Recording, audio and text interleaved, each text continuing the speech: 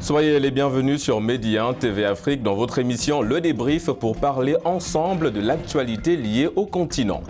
L'Éthiopie, deuxième pays le plus peuplé d'Afrique, est frappé par un conflit interne, une guerre ethnique de haute intensité. Il oppose le pouvoir central fédéral basé à Addis Abeba aux forces à la tête de la province du Tigré. Ce climat tendu fait peser de lourdes craintes sur la stabilité de ce pays qui compte plus de 100 millions d'habitants. Quelles sont les pistes de sortie? Éléments de réponse en première partie d'émission. Joe Biden remporte l'élection présidentielle américaine avec à ses côtés la première femme vice-présidente, Kamala Harris. La politique étrangère de la future administration de Joe Biden n'a pas encore été définie, mais un rapprochement avec le continent semble être l'une des priorités pour le numéro 1 américain. Va-t-on assister à une nouvelle politique étrangère américaine en Afrique? On en parle tout de suite sur le plateau du débrief avec mes invités du jour. Alpha Wali Diallo, spécialiste en relations internationales. Merci d'avoir répondu à notre invitation. Tout le plaisir est pour moi, Régis, et on partagera une bonne heure ensemble. Et en face de vous, justement... mon jeune frère, exactement. Le Tchadien, c'est l'Afrique qui gagne. Abdelharim Omar, spécialiste en sciences politiques. Merci également d'être de nôtre sur le plateau du débrief. Merci beaucoup pour ce honneur, Inch'Allah. J'espère que le débat répondra à nos attentes et aspirations. En parlant d'attentes, la tension reste tendue dans le pays, en Éthiopie. Le Premier ministre Abiy Ahmed pointe du doigt le Front de libération des peuples du Tigré. Et qui est ce parti et que revendique ce parti exactement? En fait, c'est que pour comprendre un tout petit peu, le Tigré fait partie des 9 régions administratives basées sur des lignes ethniques de l'Éthiopie post-Mengistu Haile Mariam. Donc, pour comprendre ce qui se passe un tout petit peu, il faut faire un tout petit peu d'histoire. Il y a eu 2 phases dans l'Éthiopie. La phase avec le Négus et les Sélassiés, où c'était un royaume.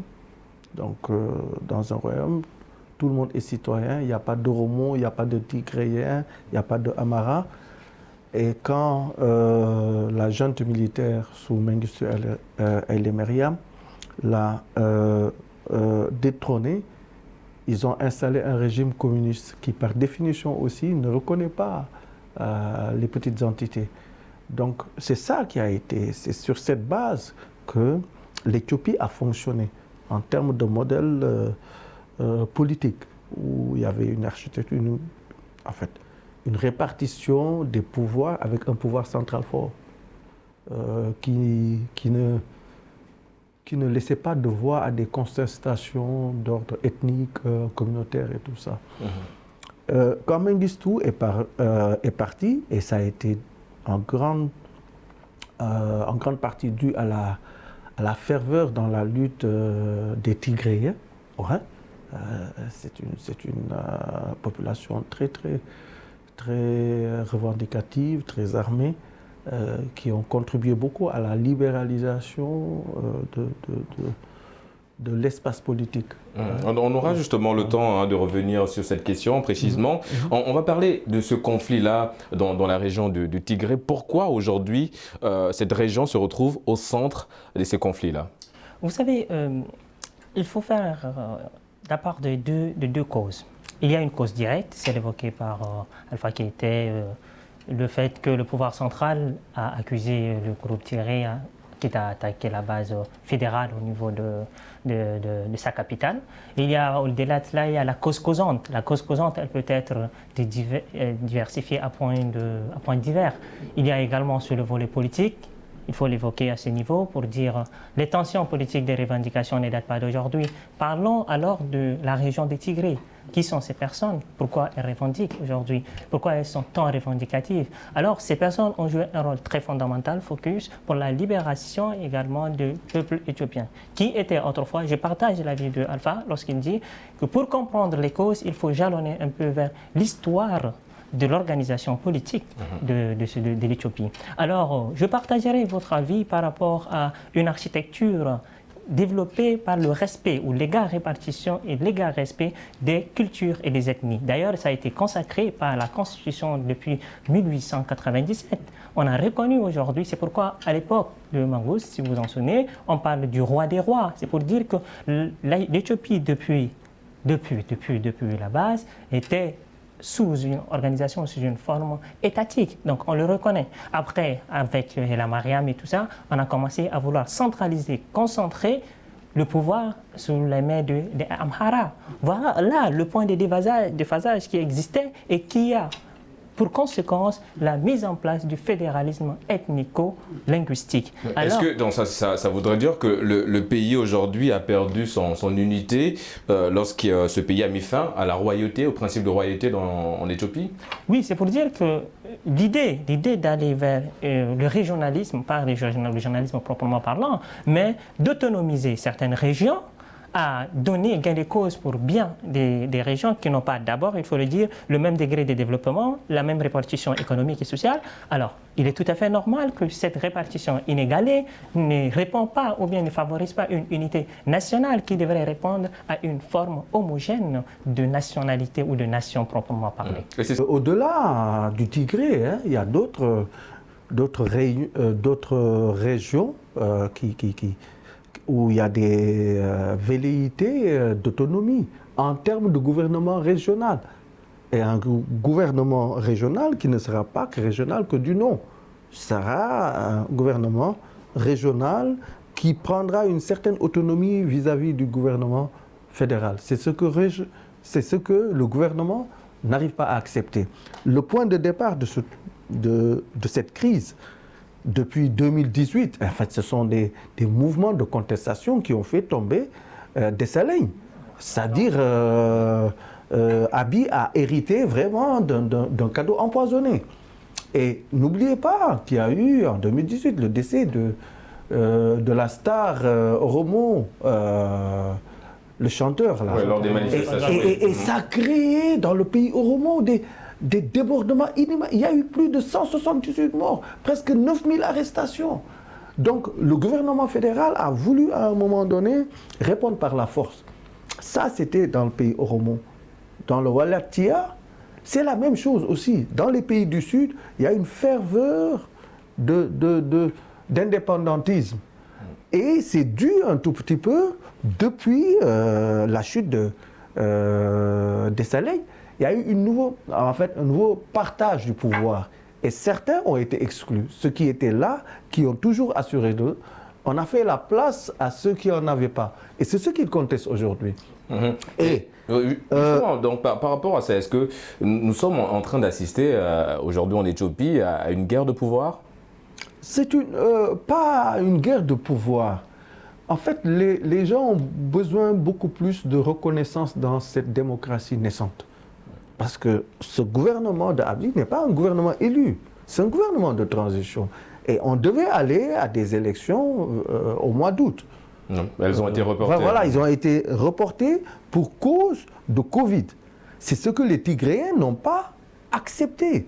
Ils se sont dit non, nous pouvons organiser des élections parce que dans le monde, il y a eu en période de pandémie, des États qui ont organisé. Ce report a accentué le climat qu'on assiste aujourd'hui. Et eux, ils ont joint l'acte à la parole.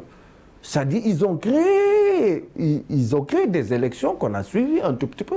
Il y a eu de la représentativité et un exécutif local est sorti.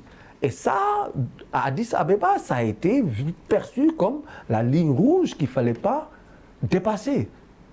Et maintenant, la goutte d'eau qui a fait déborder le vase, c'est cette attaque-là de la base militaire fédérale par des éléments. On va y revenir justement sur cette attaque-là.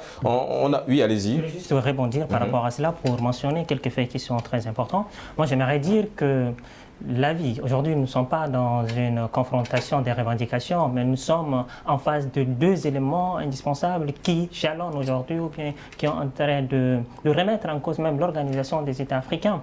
C'est la cause de l'illégalité ou l'égalité et la légitimité ou l'illégitimité. Voici un peu les deux confrontations qui sont en jeu. C'est-à-dire que lorsque la population tigréenne dit écoute, on ne reconnaît pas la légitimité de ce pouvoir fédéral, dont on connaît le mandat devrait prendre fin normalement en octobre. Alors, il fallait organiser les élections. Je crois que la réponse fédérale a été en ce sens salutaire. Nous avons essayé de mener une investigation pour voir le nombre de contaminations. Figurez-vous qu'aujourd'hui, au total, en Éthiopie, on dénombre plus de 100 000 cas positifs, avec 61 000 personnes qui sont guéries. Maintenant, au moment d'août, il fallait évaluer en début août pour voir si, en termes de fluctuation de contamination, la croissance, il y a une croissance ou il y a une constance ou bien il y a une évolution. Figurez-vous qu'on a atteint, on avait commencé en début août à 900 cas. Après, en mi-août, 20 août, justement, on en était allé jusqu'à 1000 quelques cas de contamination. Alors, du point de vue général et générique, il était impossible de pouvoir organiser les élections sous cette tendance. Donc, il était normal de pouvoir prendre un peu de recul, laisser, parce qu'en septembre, figurez-vous, octobre, novembre, bon, non pas en novembre du moins, mais août-septembre, on comptait que les 500. Donc, je me disais d'une part que c'était salutaire de prendre une décision en amont pour dire reporter, mais pas reporter vers une date ultérieure non encore identifiée, parce que c'était possible d'organiser les élections, je le dis encore, en septembre, c'était possible encore d'organiser ça en octobre, et même là, en début novembre, c'est possible d'organiser ces élections. Maintenant, est-ce que c'est une cause, ça c'est pour ce qui en est de la légitimité, est-ce que c'est une cause à la population, à la région tigréenne de pouvoir organiser les élections à leur niveau? Quand on prend la Constitution de l'Éthiopie ne dit pas ou ne définit pas de manière très claire les compétences de chaque région. La Constitution éthiopienne dit tout simplement que tout ce qui ne relève pas de la compétence du pouvoir fédéral relève de la compétence des régions. Qu'est-ce que ça sous-entend? C'est-à-dire que les régions n'ont que des pouvoirs résiduels. Alors, était-ce pour autant l'acte, ça veut dire de report, qui sans doute n'a pas eu une échéance normale, devrait donner gain de cause à la région des Tigrés de pouvoir organiser les élections. À ce niveau, je réponds avec la négation, parce que l'organisation est homogène et territoriale. Donc, quelle qu'en soit la posture, bien qu'il faut regarder ça des mauvais œil, parce qu'on sous-entendait là que peut-être le Premier ministre Abiy essaye de vouloir attendre que les tensions s'arrêtent pour dire qu'il a maîtrisé la situation de la maladie et puis se lancer vers les élections pour gagner ou se représenter. En parlant de maîtrise de la situation, Omar l'a souligné dans son argumentaire, les autorités du Tigré ne veulent pas ou ne reconnaissent plus la légitimité du pouvoir fédéral. Ils campent dans leur position quand on sait qu'Abiy Ahmed veut, lui, centraliser le pouvoir. Est-ce que nous allons assister à une guerre civile ? Les prémices d'une guerre civile, bon, il y a l'Union africaine et les partenaires internationaux qui se battent pour ça. Les prémices d'une guerre civile sont là.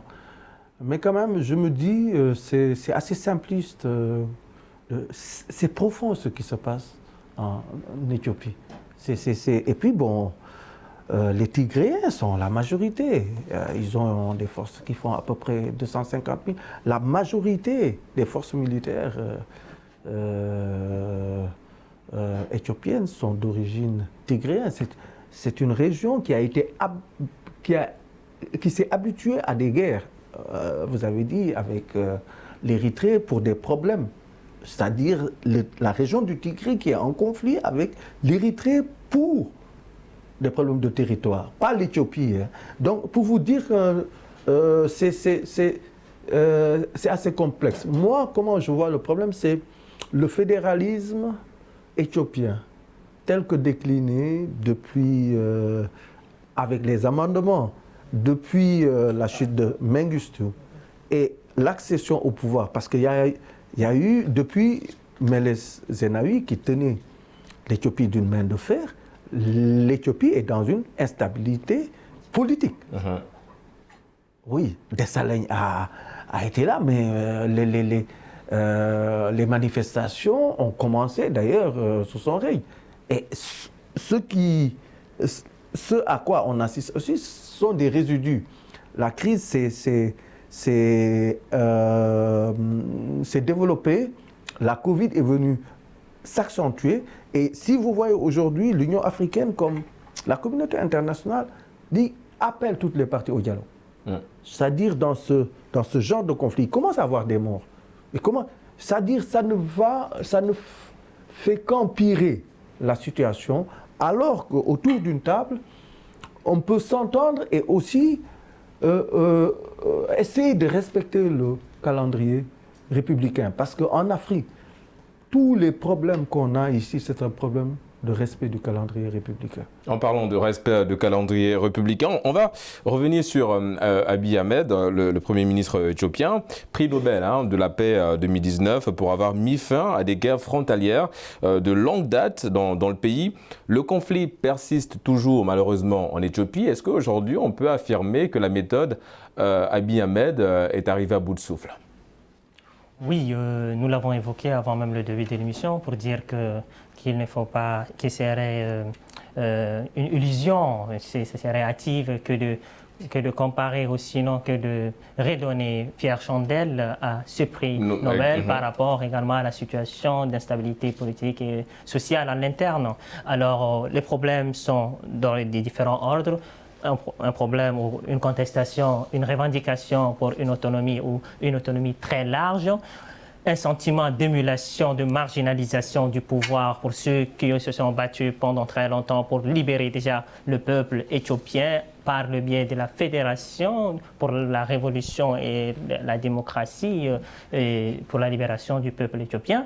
Alors à l'époque, c'était là où il était très important, je voulais rebondir tout à l'heure pour dire, c'était là les raisons principales qui amènent aujourd'hui les populations du Tigré de pouvoir revendiquer une reconnaissance quelque part. Parce que lorsque la fédération a été mise en place, il y avait une représentation de Umra, des Ahamra, de Tigré. Il y avait 4 ou 5 régions qui étaient représentées à cette époque. Et ces 4 régions qui étaient représentées étaient coordonnées par la population tigréenne. Alors, parlons du conflit interne. Le conflit interne y est.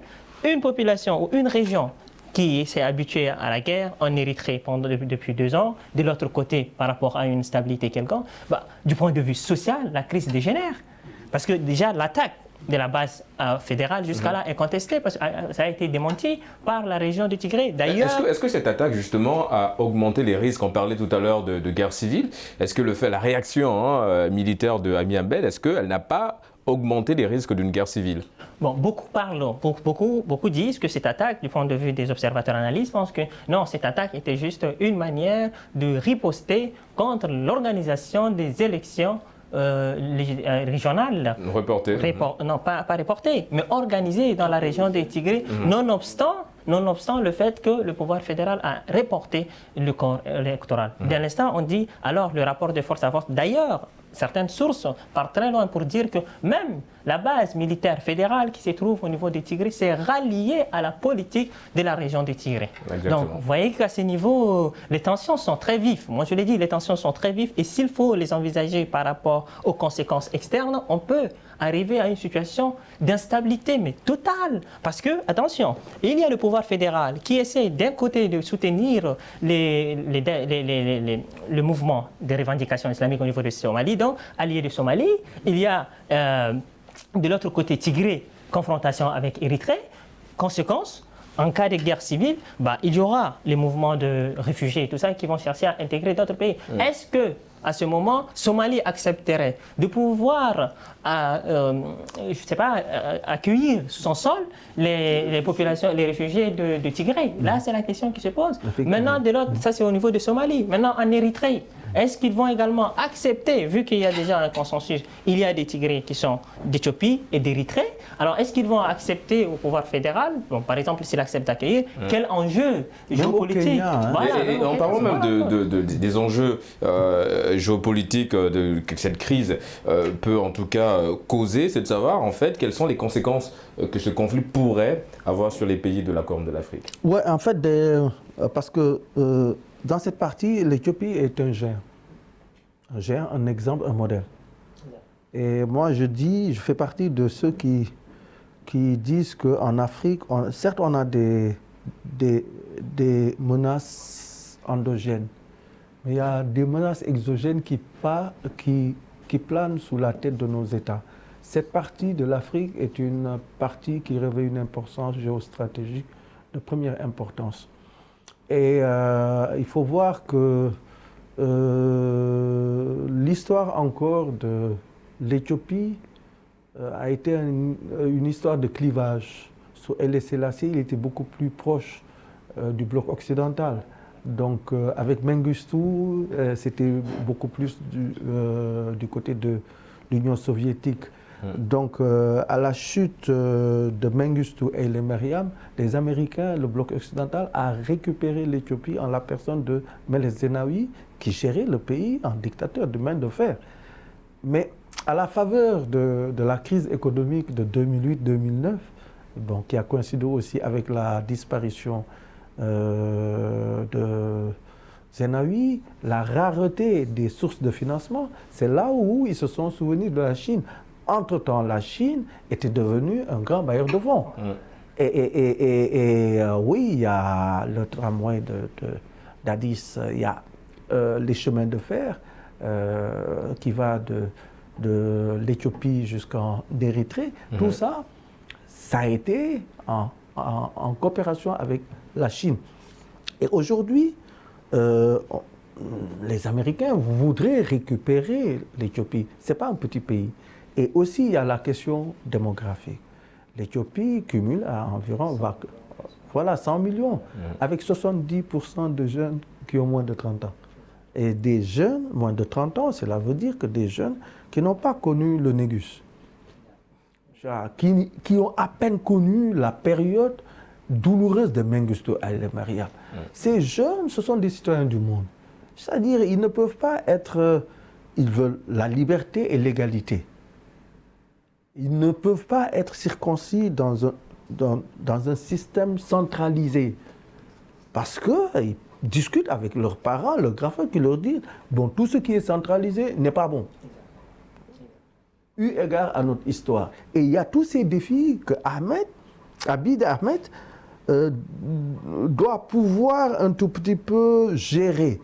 Moi, je dis son prix Nobel de la paix, je suis content pour son appel pour la paix qu'il y a eu avec l'Érythrée.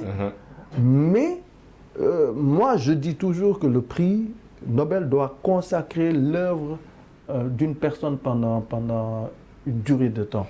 Donc, moi, je voyais dans l'attribution de ce prix Nobel de la paix comme une tentative de récupération des Occidentaux de l'Éthiopie, qui reste un enjeu géostratégique. En parlant d'enjeux, justement, le chef de la commission de l'Union africaine, Moussa Faki Mahamat, a appelé à la cessation immédiate des hostilités dans le Tigré.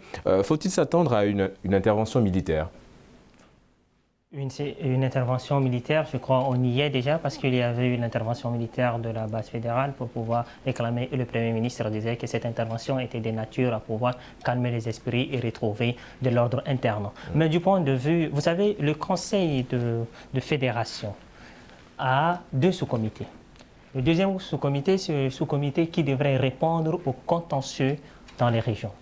La question principale que je me pose, c'est de savoir quelle était l'attitude de ce conseil, de ce comité qui s'occupe du contentieux de la région. Parce que nous avons assisté à quoi? Au conseil de la fédération qui a essayé de sanctionner le comportement de la région de Tigré par rapport au financement et aux ressources.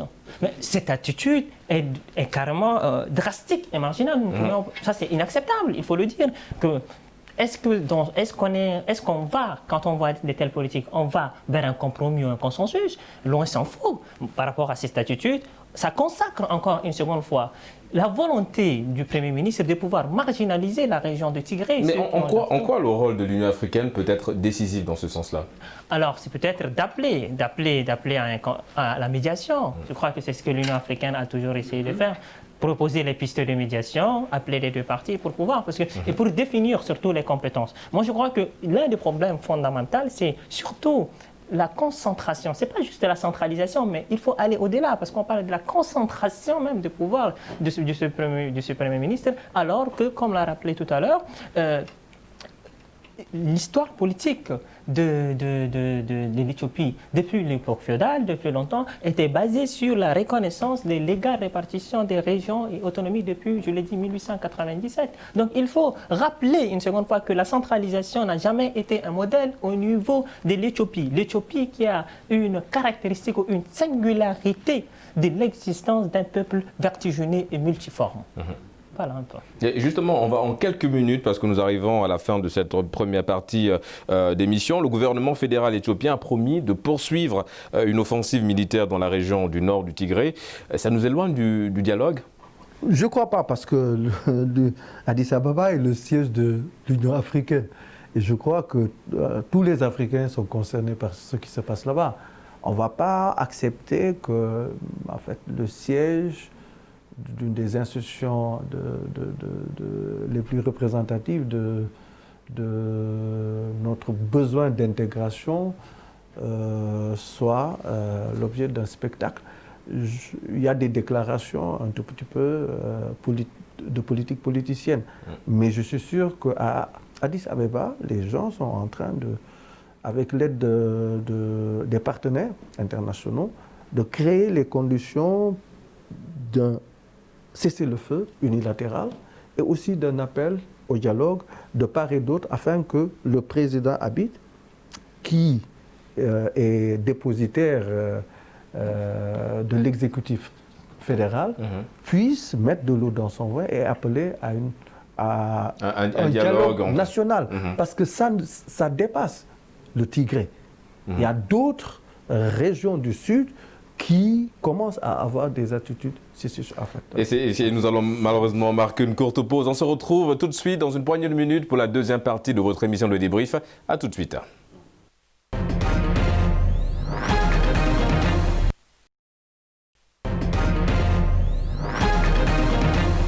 De retour sur le plateau du débrief sur Média TV Afrique. Nous parlons à présent de l'élection de Joe Biden, la nouvelle image de l'Amérique, le 46e président des États-Unis d'Amérique. Quelle politique l'administration Joe Biden compte-t-elle mener sur le continent? Voilà. Parler alors de l'élection de Joe Biden reviendrait ipso facto à parler ne serait-ce pas d'établir un bilan de l'administration Trump, mais c'est de parler également de la plus grande faille de l'administration Trump, qui est celle de ne pas prendre en considération, à mon sens, le continent africain qui regorge beaucoup de ressources naturelles. C'est vrai, la philosophie développée par les républicains en la personne de Donald Trump était de favoriser la guerre, soit entre la Russie, parce qu'il faut dire que c'était la Russie et la Chine qui faisaient partie de sa priorité. Maintenant, Joe Biden, alors, l'élection de Joe Biden est d'une bonne prémonition a priori. Sur le papier, on a vu sur la politique, il a prôné la prise en considération ou le respect de certaines communautés. Il fait allusion à la communauté afro-américaine. Maintenant, et je l'ai dit tantôt, que l'élection de Joe Biden est en quelque part le retour de l'administration Barack Obama. Parce qu'on peut sous-entendre que sous la région, et puis il faut le dire sans vergogne, que sous l'administration Obama, on était vers la politique de smart power. Ce n'était pas vers le hard power longtemps adopté par Donald Trump. J'explique. Lorsqu'on est vers smart power, on adopte une stratégie smart power dans les négociations internationales, ça sous-entend qu'il faut prendre en considération tous les États, l'ensemble des forces, des faiblesses, l'ensemble des enjeux concordant à l'édification, au retour aux valeurs, aux sources de la République. Alors, quelque part, Joe Biden essaye de revaloriser, au lieu de dire l'Amérique d'abord, c'est l'Amérique et ses valeurs d'abord. C'est pourquoi je crois que Joe Biden, le défi qui attend Joe Biden, c'est de dire comment il peut recourir à redonner l'image de l'Amérique comme étant une superpuissance incontestée, incontestable, pas simplement au niveau économique. Est-ce que cela sous-entend que l'Afrique sera traitée différemment sous l'ère Biden? Je ne crois pas. En fait, je suis d'accord avec ce qu'il dit, mais c'est à un niveau beaucoup plus global.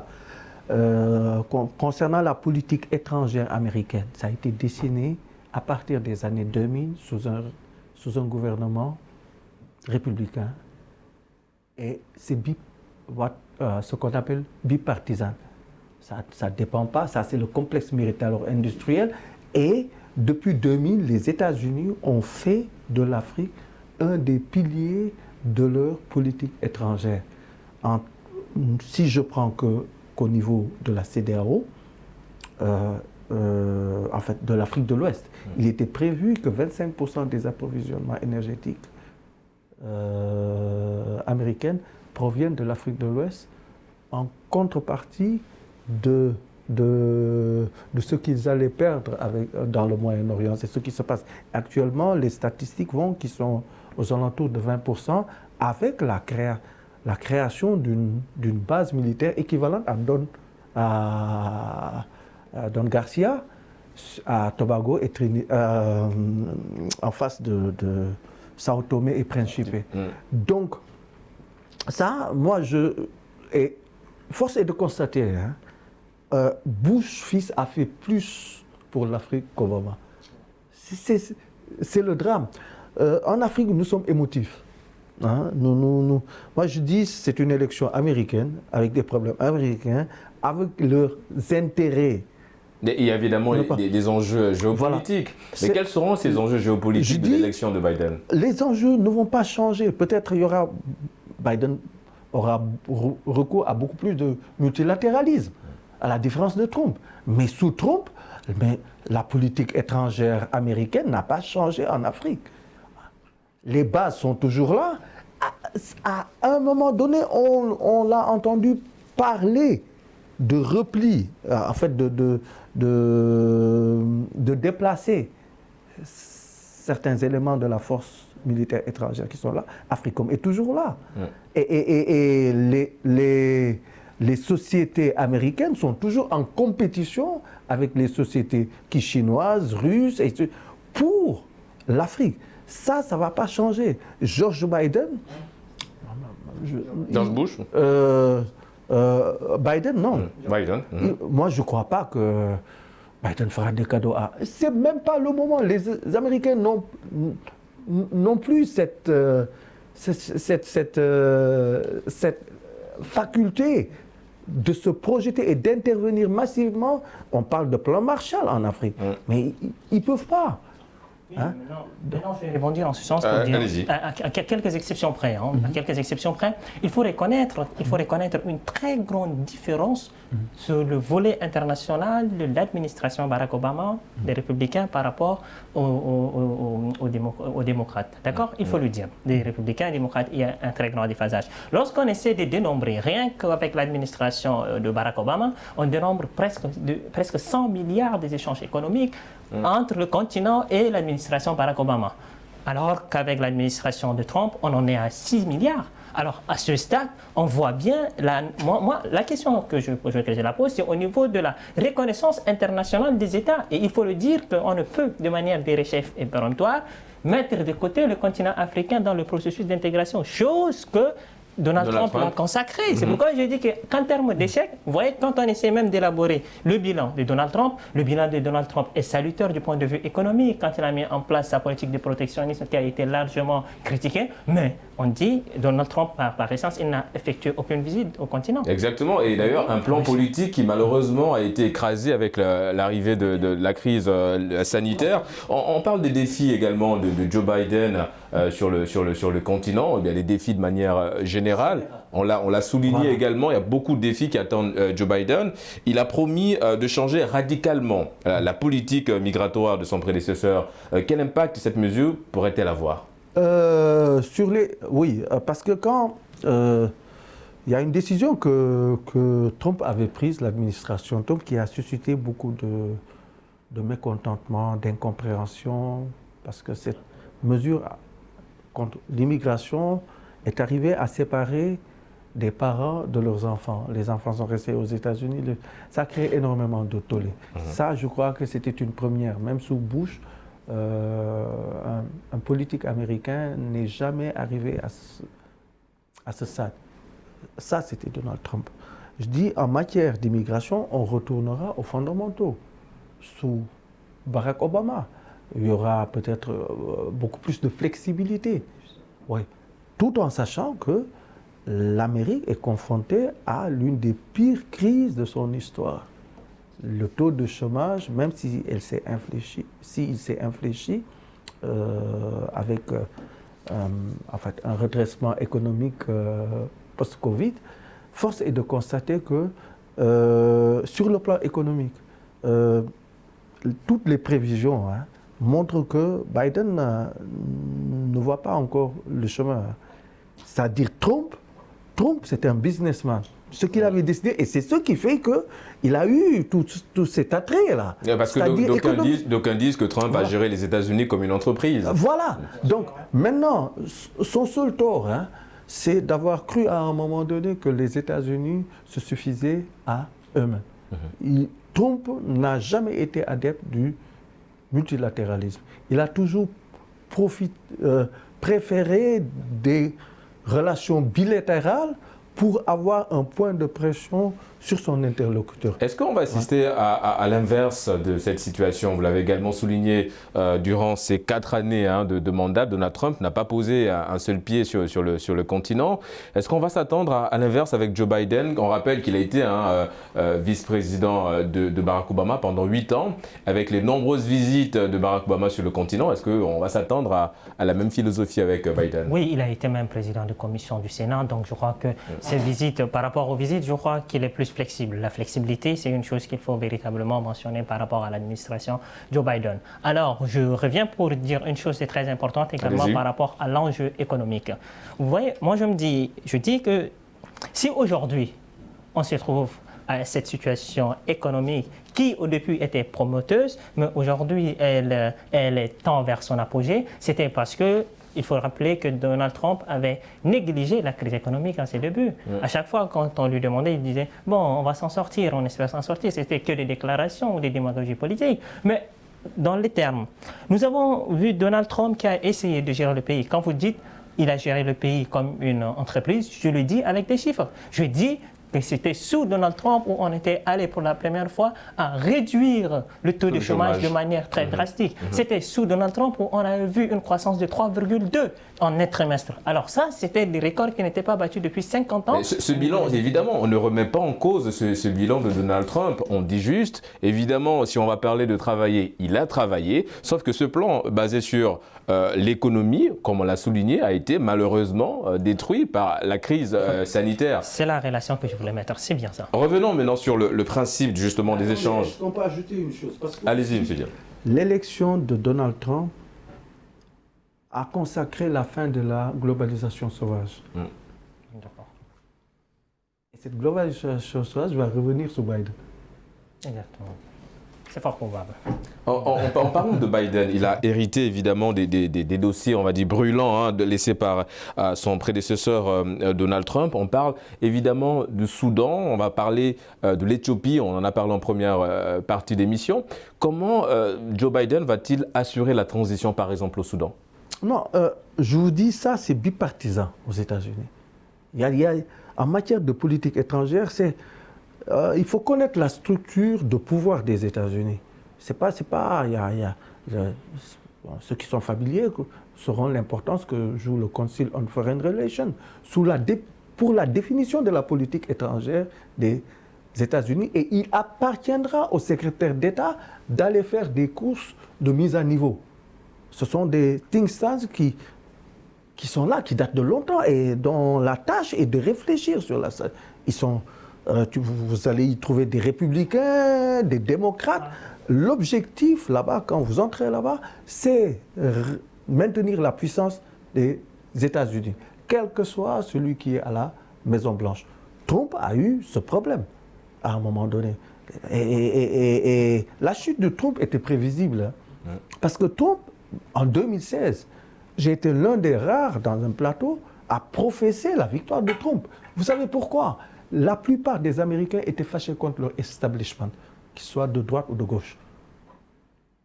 Et Trump avait surpris, parce que l'establishment ne se rendait pas compte que le désamour était si profond. Mais revenons sur le Soudan, évidemment. Sur le Soudan, le Soudan est à récupérer. Et c'est faisable avec la chute de Omar el-Bashir et l'installation d'un gouvernement de transition à mi-chemin dont le pouvoir est partagé entre des civils et des militaires. Mais on essaie entre guillemets, d'occidentaliser le Soudan. C'est ce dont il est question. Parce qu'à l'origine, qui est à l'origine de la séparation du Soudan en deux? Et dites-moi, est-ce que le Soudan du Sud est viable jusqu'à présent? C'est-à-dire, je vous dis, il y a un projet de démantèlement des grands États africains. Je suis d'accord. Ça, c'est partagé. L'Éthiopie, c'est pas par hasard que l'Éthiopie a un problème. Ce n'est pas par hasard que le Nigeria a un problème. Ce n'est pas par hasard que le Cameroun a un problème.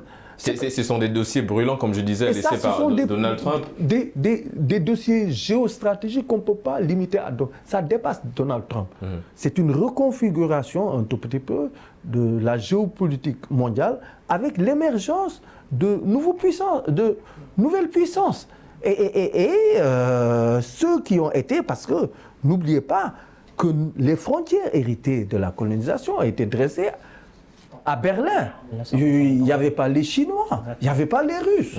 Et aujourd'hui, ce sont ces frontières-là que les Européens disent poser problème. C'est ce qui se passe au Mali. On parle l'accord d'Alger, si cet accord tarde, c'est une petite parenthèse à être truc. Ça constate de fait la partition. Et c'est ce que les peuples ne veulent pas. On a parlé des dossiers brûlants laissés par Donald Trump. Diallo a évoqué évidemment la problématique de l'Éthiopie, dossier brûlant. L'Éthiopie, il y a également la Somalie qui est également menacée aussi par on va dire, des petites guerres. Mais revenons également sur l'une des missions qui attendent Joe Biden. Alors, il y a évidemment... le renforcement militaire, est-ce qu'on va s'attendre à un renforcement militaire en Afrique sous l'ère Biden par exemple? Alors, s'il faut configurer ou s'il faut voir Joe Biden comme étant le retour de l'administration Barack Obama, ça serait une éventualité. Les États-Unis vont essayer peut-être de revenir à rejouer leur rôle de faiseurs de paix international. Parce qu'ils ont toujours fait de la lutte contre le terrorisme sur le continent leur priorité. Exactement. Alors, la France comme supplétif. Exactement. Donc, à chaque fois, alors s'il faut, je le disais tantôt, s'il faut envisager l'élection de Joe Biden en référence à Barack Obama, peut-être bien, on peut s'attendre à ce renforcement. Mais s'il faut le prendre sous le volet du bilan laissé par Donald Trump, est-ce que ipso facto, cela serait directement. Alors c'est là l'enjeu potentiel qu'il faut également envisager. Et en ce qui concerne le positionnement des États-Unis au Sahel, cela va-t-il changer avec le nouveau locataire de la Maison-Blanche ou tout simplement c'est limité à la stratégie de Donald Trump qui consistait à apporter le maximum d'informations pour arrêter évidemment des terroristes? Ça va. Bon, peut-être les États-Unis ne vont pas se désengager du Sahel. Mais il y a un repositionnement stratégique. Les intérêts stratégiques des États-Unis sont beaucoup plus concentrés en Asie du Sud-Ouest. Et tous ces retraits de troupes, c'est pour les positionner là-bas où la menace chinoise devient de plus en plus grande. C'est une zone avec le détroit de Malacca. Donc, c'est une zone, si on parle aujourd'hui de risque de conflit, c'est dans cette région. Ouais, parce que le Burkina Faso est toujours frappé par des... Voilà, mais ce quoi on va insister, c'est-à-dire ce que Trump voulait faire, se retirer, ce sera peut-être revu. Et peut-être les Américains iront dans le sens de la collaboration qu'avait laissé Barack Obama avec le partenaire de l'Union européenne, la France en tête. On va vers... Bon, là où le bas blesse, parce que ces derniers temps aussi, il était question que la France réduise un tout petit peu ses troupes dans le Sahel. C'est une grosse point d'interrogation. Mais moi, je dis, du moment où la politique étrangère américaine en Afrique est bipartisane, on n'assistera pas à de grands changements. Et encore une fois, la visite d'un président américain en Afrique ne signifie rien du tout. Obama est venu 2 fois. Ben, qu'est-ce que ça a changé? À part, il est venu au Caire, la déclaration du Caire, à Accra, la déclaration d'Accra. Au Sénégal, quand il est venu ici, il a suscité pas mal de tollé par rapport à certaines libertés.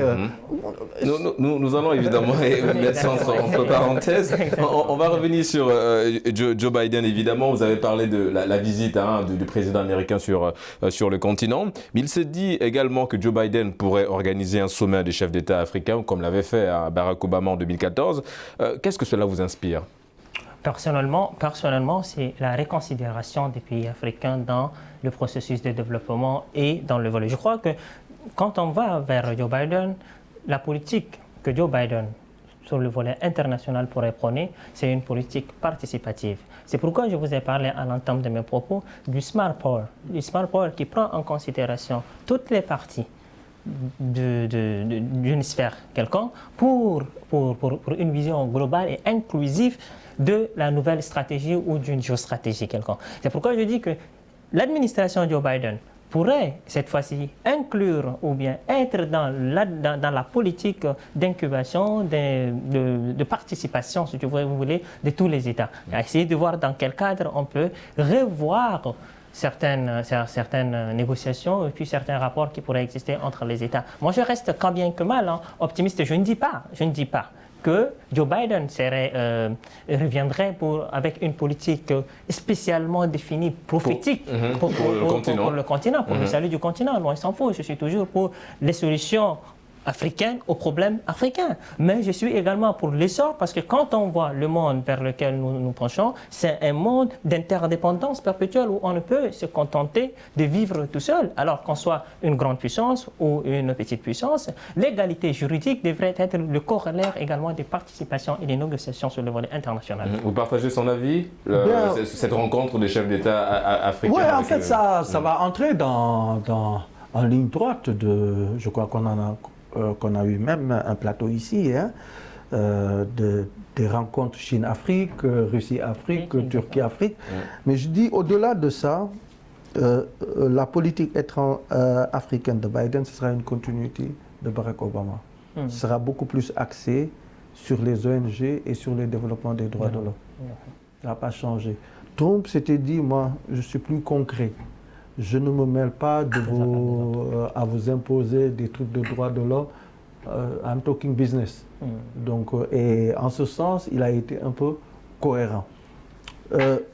Effectivement, on va revenir, nous sommes nostalgiques. On a eu 4 ans où la plupart des Africains ont été heurtés par certains propos de Trump. Quand il a dit que l'African a secure, entre parenthèses, il s'est même attaqué à Nelson Mandela, qui est une icône. Ça, je crois qu'effectivement, il avait poussé certains pays africains à beaucoup plus de proximité avec les partenaires émergents. Biden, peut-être Biden essaiera de corriger ça en s'appuyant sur les valeurs qui faisaient cette Amérique-là. Cette Amérique multiculturelle, diversifiée, adepte du multilatéralisme dans la gestion des affaires du monde et dans la résolution des conflits. Et je pense qu'évidemment, ce programme, on a vu le soutien apporté par Kamala Harris dans la résolution de tous ces petits problèmes que vous avez soulignés dans votre argumentaire. Revenons sur le plan, vous avez parlé des partenaires. Comment vous imaginez ou envisagez les possibles échanges commerciaux entre l'administration Biden aujourd'hui et les pays africains? Alors, ne faisons pas une comparaison du système politique. Donc, on ne va pas faire un système politique comparé pour dire voilà Trump, voilà Barack Obama, quelle serait la... Nous pouvons verser dans ça quand on voit que Trump a totalement écarté l'Afrique des échanges commerciaux. J'y arrive, justement, Par contre, par contrainte, nous serons obligés de dire quelle vision, quelle perspective, voilà ce qu'il faut dire, ce sont les perspectives qu'on essaie de jalonner à la moyenne des 2 administrations qui étaient présidées à l'époque, que ce soit avec les démocrates ou avec les républicains. Maintenant, avec les républicains, ce qu'il faut concevoir, moi je suis toujours pour la flexibilité, je le dis toujours. Ça veut dire quoi? Il faut essayer, dans un travail, on essaie avec une équipe pédagogique et scientifique, nous essayons de voir dans quel cadre on peut aller vers des négociations ou des partenariats gagnant-gagnant, non pas simplement au niveau des ONG, mais également dans comment pouvoir insérer ces politiques de développement durable dans tous les États pour l'effervescence et l'émergence de ces États, afin de pouvoir bénéficier certainement des aides, mais il faudrait que ces aides financières au public soient transmises aussitôt pour les besoins de développement durable qui pourraient avoir un effet direct sur la stabilité politique interne des pays africains. Voilà les... Et en parlant justement de ça, Biden a promis être dur avec la Chine. La bataille pour l'influence économique sur le continent entre la Chine et les États-Unis, est-ce qu'elle va s'intensifier? Ah mais ça fait partie des dossiers bipartisans. Ça, tous les Américains, parce qu'il y va des intérêts stratégiques des États-Unis. les États-Unis sont en train de perdre la première place mondiale au profit de la Chine. Et la Russie aussi. Non, moins que la Russie, hein, sur le plan économique. C'est-à-dire, la Chine, elle a riposte. Elle n'est pas républicaine, elle n'est pas démocrate, elle est américaine. Parce qu'il y va de la préséance des États-Unis dans la géopolitique mondiale. Et quels peuvent être les risques justement de ce combat-là, on va le dire, sur non, le mais continent. là, on va on ira beaucoup mieux vers des négociations que vers des mesures comme Trump l'avait, des mesures de droit de douane, où c'est tu fais, je fais. En fin de compte, c'est l'économie mondiale qui perd. Avec les Européens, je crois, il y aura une redéfinition des nouvelles voies et moyens pour contenir la Chine. Mais ce ne sera pas dans le style de Trump, tu fais, je fais. Et action, réaction. Voilà. On va beaucoup plus aller dans, vous voyez cette forme de souplesse là dans l'administration Biden, évidemment à la comparaison, vous l'avez souligné, mais on est obligé quelque part de verser à l'intérieur. Mais est-ce que vous voyez cette souplesse là de Biden? Diallo a parlé de négociation, on va tendre vers ça avec la Chine? On va vraiment tendre vers ça parce que je suis d'accord, du point de vue de la prépondérance aujourd'hui, s'il y a une puissance qui essaie de concurrencer les États-Unis d'Amérique, du point de vue économique, mondialement parlant, ce n'est que la Chine. Maintenant, il faut le dire, peut-être parce que la Chine avait développé une philosophie depuis lors. Quand on parle aujourd'hui de conférence sino-africaine, c'est parce que la Chine avait développé dès les jalons de son insertion, de son ingérence dans les pays d'Afrique pour conquérir les marchés d'Afrique, par exemple, la Chine a adopté une politique d'abstraction pour dire, écoutez, que vous soyez un pays dictateur ou bien démocratique et tout ça, moi, ce qui m'intéresse, c'est comment on pourrait signer des partenariats objectivement parlant. Vous voyez que ça, c'était une stratégie qui n'était pas prise en considération ni par l'administration de Barack Obama. Bon, on ne peut pas parler de Donald Trump parce que Donald Trump a lésé complètement l'Afrique, ce qui n'était pas le cas de la Chine qui essaie de conquérir des marchés en marché et qui propose des prix qui répondent, par exemple, au potentiel économique des États. Et nous sommes malheureusement, messieurs, arrivés au terme de cette émission. Merci Alpha Diallo, spécialiste international en relations internationales. Ça a été un plaisir de vous recevoir sur le plateau du débrief. En face de vous, Abderrahim Oumar, spécialiste en sciences politiques. Merci d'avoir répondu à notre invitation. Merci beaucoup. Et c'est la fin du débrief. On se donne rendez-vous la semaine prochaine. D'ici là, bonne suite des programmes sur nos antennes.